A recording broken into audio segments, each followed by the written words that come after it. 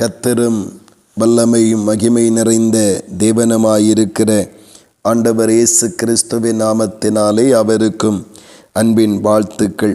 தேவன் தாமே ஒவ்வொருவரையும் அதிகமாய் பாதுகாத்து நடத்துவாராக. இந்த நாளுக்குரிய தியான வசனம் ஏசாயா 37 அதனுடைய 35வது வசனம். நான் இந்த நகரத்தை இரட்சிக்கும்படிக்கு இதற்கு ஆதரவாய் இருப்பேன் என்று கர்த்தருடைய வார்த்தை அங்கே சொல்லுவதை காண முடிகிறது. இந்த வார்த்தை உண்மையுள்ளதாக எசேக்கியாவினுடைய நெருக்கத்திலிருந்து விடுதலையை கொண்டு வருகிறதாக இருப்பதை நாம் காண முடிகிறது. இந்த இக்கட்டான சூழ்நிலையிலே எசேக்கியாவுக்கு தேவன் ஆதரவாய் இருக்க அங்கே இறங்கி வருவதற்குரிய காரணம் என்ன? தேவன் ஆதரவாய் இருக்கும் பொழுது யார் எசேக்கியாவுக்கு எதிராக நின்று ஜெயிக்க முடியும்?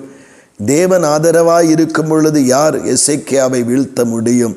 இந்த உண்மையை அறிந்து கொண்ட எசேக்கியா தேவன் தனக்கு ஆதரவாய் இருக்கும்படி, மனித ஆதரவுக்காக நிற்காதபடி, தன்னுடைய நெருக்கத்தின் அந்த சூழ்நிலைகளையும் அவமானத்தின் சூழ்நிலைகளையும் நிந்தைகளின் சூழ்நிலைகளை மனிதனிடத்திலே கொண்டு சென்று விவாதிக்காதபடிக்கு ஆண்டவர் தனக்கு துணையாக நின்று தன்னுக்கு ஆதரவாயிருந்து தன்னுடைய யுத்தத்தை நடப்பித்து இந்த நெருக்கத்தில் இருந்து விசாலமாக்க வேண்டும் என்று சொல்லுகிற அந்த உண்மைக்காக எசேக்கியா என்ன செய்கிறார் என்று சொன்னால், தன்னுடைய அந்த நெருக்கத்தின் மத்தியிலையும் 1வது வசனமும் 14வது வசனம் சொல்லுகிறபடி தேவனுடைய ஆலயத்திற்கு போய் தன்னை அங்கே தாழ்த்தி தேவ சமூகத்திலே தன்னை ஆராய்ந்து தேவனுக்கு முன்பாக தன்னுடைய பிரச்சனைகளை விவரித்து சொல்ல ஆரம்பிப்பதை நாம் காண முடிகிறது.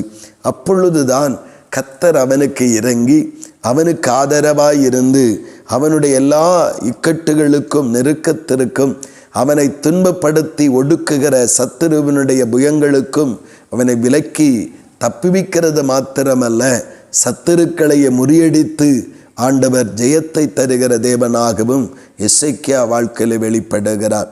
பிரியமானவர்களே, இன்றைக்கு நம்முடைய குடும்பத்தை, நம்முடைய வீட்டை ஆண்டவர் இரட்சித்து ஆதரவாயிருந்து எல்லா காலத்திலும் நடத்துவதற்கு நாம் என்ன செய்ய வேண்டும் என்று பரிசுத்த வேதம் சொல்லுகிறது.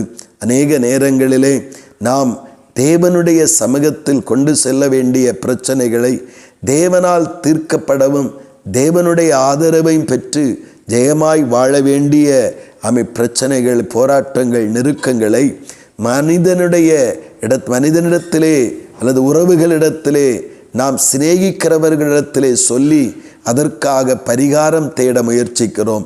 இல்லை பிரியமானவர்களே, நாம் நீதிமான்களாய் இருப்பதினால், தேவனுடைய இரட்சிப்பை பெற்ற ஜனமாய் இருப்பதினால் நம்முடைய ஒவ்வொரு விஷயங்களையும் நெருக்கத்தின் காலத்திலும் பாடுகளின் நேரத்திலும் நிந்தனையின் காலங்களிலும் நாம் அதை மனிதனிடத்திலே கொண்டு செல்ல விரும்பாதபடி எசேக்கியா ராஜாவாய் இருந்தும் தன்னுடைய தேவனுக்கு முன்பாக தேவாலயத்திலே சென்று அவனை தாழ்த்தி ரெட்டுடுத்தி தன்னை சரிபடுத்தி கொண்டு, தன்னை ஆராய்ந்து சரிபடுத்தி கொண்டு தேவனுக்கு முன்பாக அந்த நெருக்கத்தை எல்லாம் சொல்ல ஆரம்பிக்கிறான்.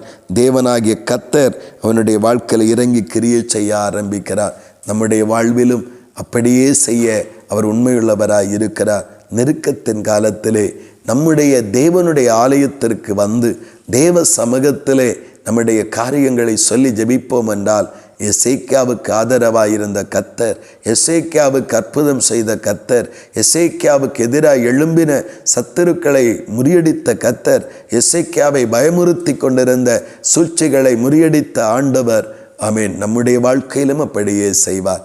நமக்கும் ஆதரவாய் இருந்து நம்மை நடத்துவார். புத்தியாய் நம்முடைய ஒவ்வொரு நெருக்கத்தின் காலங்களிலும் தேவ ஆலயத்திற்கு வந்து நம்முடைய விண்ணப்பங்களை சொல்லி தேவ சமூகத்திலிருந்து நாம் ஜெபிக்க கற்றுக்கொள்ளுவோம். கர்த்தரே ஆதரவாயிருந்து நம்மை நடத்தி ஜெயம் கொள்ள, ஜெயம் எடுக்க உதவி செய்வாராக.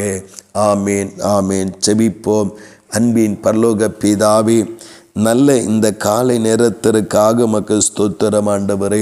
உம்முடைய மகா மேன்மையான இரக்கங்களின்படி கர்த்தரே இந்த எசேக்கியாவினுடைய வாழ்க்கையில் ஆண்டவரே ஜெயத்தை பெற்றுக்கொண்டு கர்த்தருடைய ஆதரவினால் ஆண்டவரை சமாதானமாய் வாழ்வதற்கு தன்னுடைய நெருக்கத்தின் காலத்திலே தன்னுடைய பிரச்சனைகளை கொண்டு தேவ சமூகத்திலே போய் தன்னை தாழ்த்தி ஆராய்ந்து ஆண்டவருடைய கரத்திலே சமர்ப்பித்து ஜெபித்தபடியினாலே கர்த்தர் இறங்கி எசேக்கியாவை பயமுறுத்தின, எசேக்கியாவை மிரட்டின, எசேக்கியாவுக்கு விரோதமாய் எழும்பின சத்துருக்களை முறியடித்து எசேக்கியாவுக்கு ஆதரவாயிருந்து ஆண்டவரே அவனை வழிநடத்தினீரே. நாங்களும் எங்கள் இக்கட்டு காலத்தில் கர்த்தரிடமாய் நெருங்கி கர்த்தருடைய சகாயத்தை பெற ஆண்டவர் எங்களுக்கும் கிருபையை தந்து நீதிமான்களாய் வாழ உதவி செய்யும். அப்படி நீங்கள் செய்கிறபடியாய் ஸ்தோத்திரம். இயேசு கிறிஸ்துவின் மூலம் ஜெபிக்கிறோம் ஜீவனுள்ள நல்ல பிதாவே. ஆமேன், ஆமேன்.